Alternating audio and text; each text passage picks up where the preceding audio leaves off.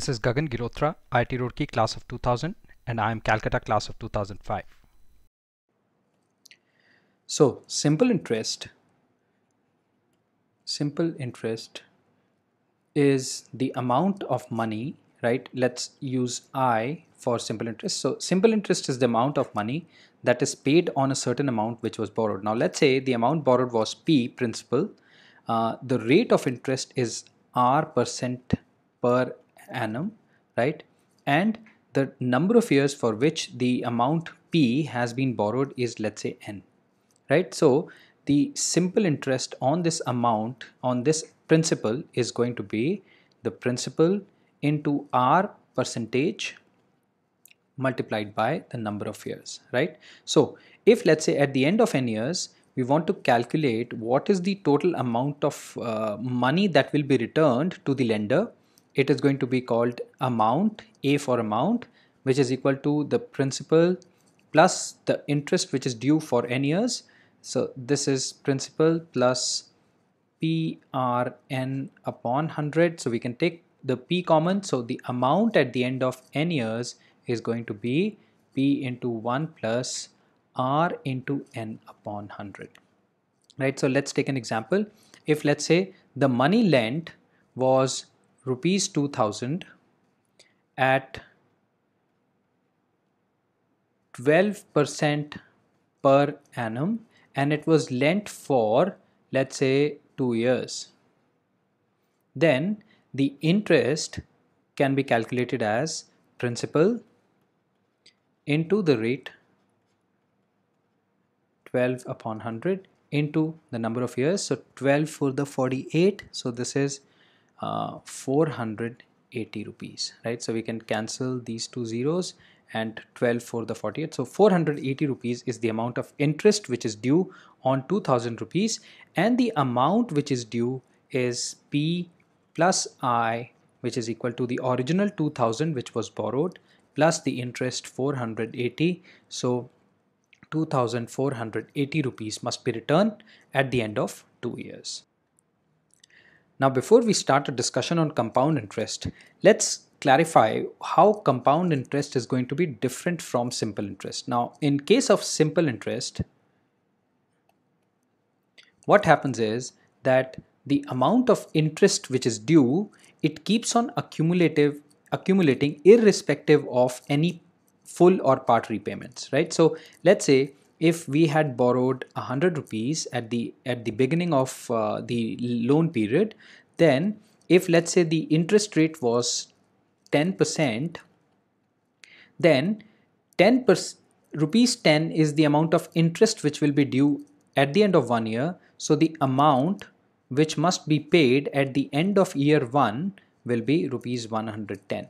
Right? Now, if, let's say, there is no interest or no principal paid at the end of 1 year, then for the second year the principal still continues to remain 100 rupees, and on 100 rupees 10% which is due, so there's a 10 rupee interest again which gets due at the end of 2 years. So the total amount due at the end of 2 years becomes 120, and so on, right? So every year a 10 rupees gets added, and so on, right? So you notice that every year there is a principal, right, that must be repaid, plus the interest for 1 year. At the end of 2 years, this becomes P plus 2 times interest for 1 year. At the end of third year, it becomes principal plus interest for 1 year times 3, and so on, right? But in case of compounding, how this changes is as follows. Now, for the first year, there is absolutely no difference between simple and compound, right? So for year 1, let's say we start with 100 rupees.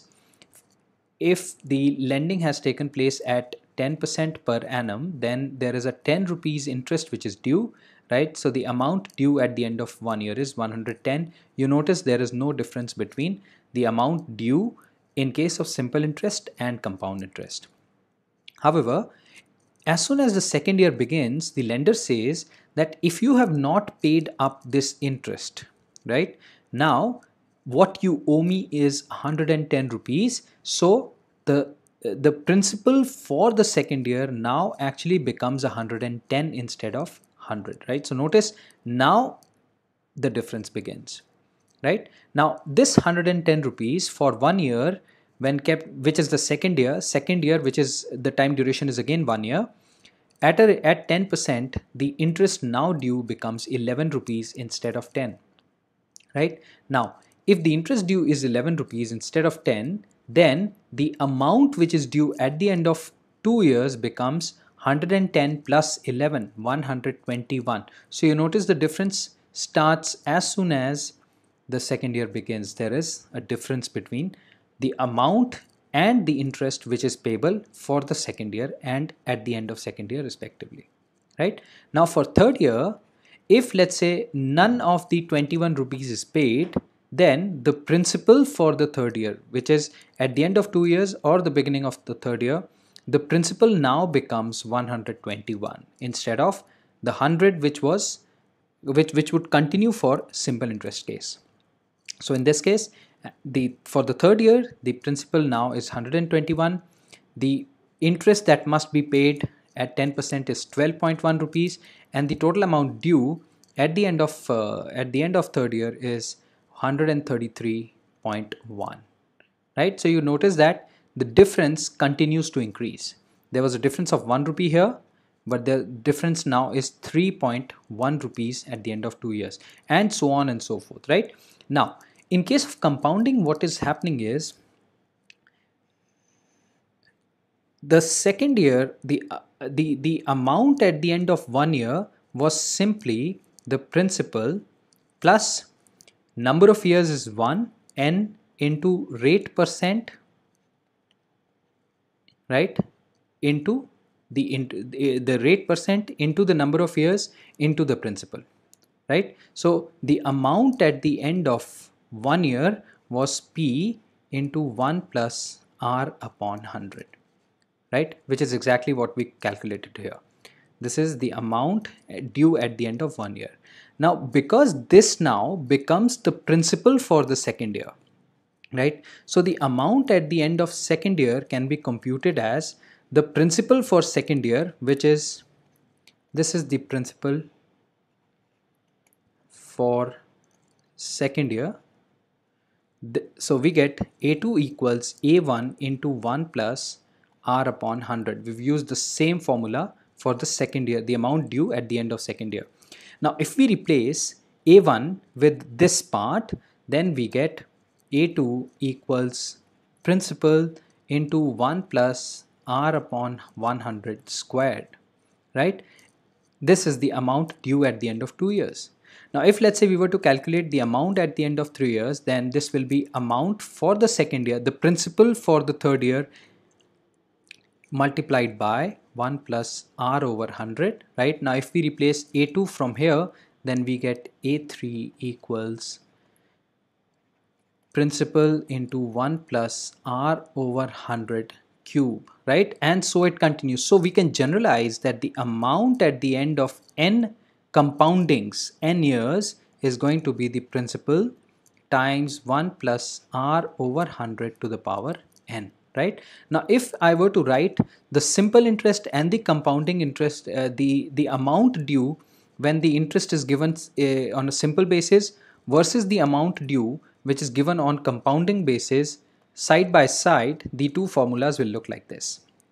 So in case of simple interest, the amount due at the end of n years is equal to the principal into 1 plus number of years into R percentage, right? Whereas in case of compounding,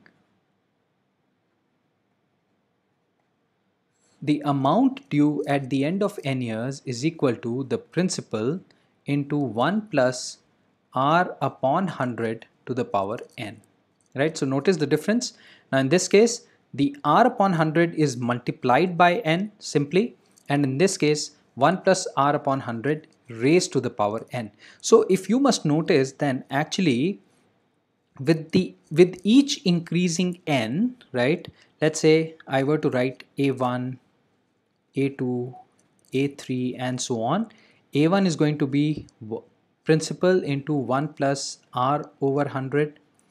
A2 is going to be principal into 1 plus 2r over 100. A3 is going to be principal into 1 plus 3r over 100, right? Whereas in this case, the amount due at the end of 1 year is going to be P into 1 plus r over 100 to the power 1. A2 is going to be P into 1 plus r over 100 squared. A3 is going to be P into 1 plus r over 100 cube, and so on. So you notice that this actually is an arithmetic progression.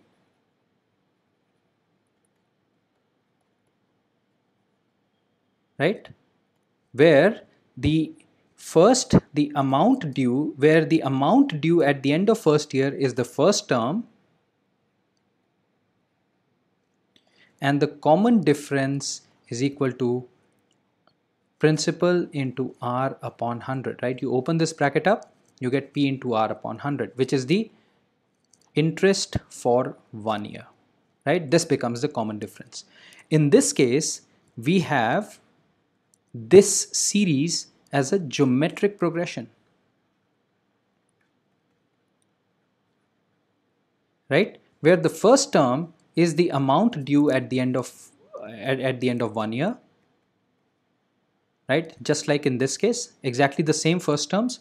The only difference now being that the common ratio is equal to 1 plus r upon 100. This is the common ratio.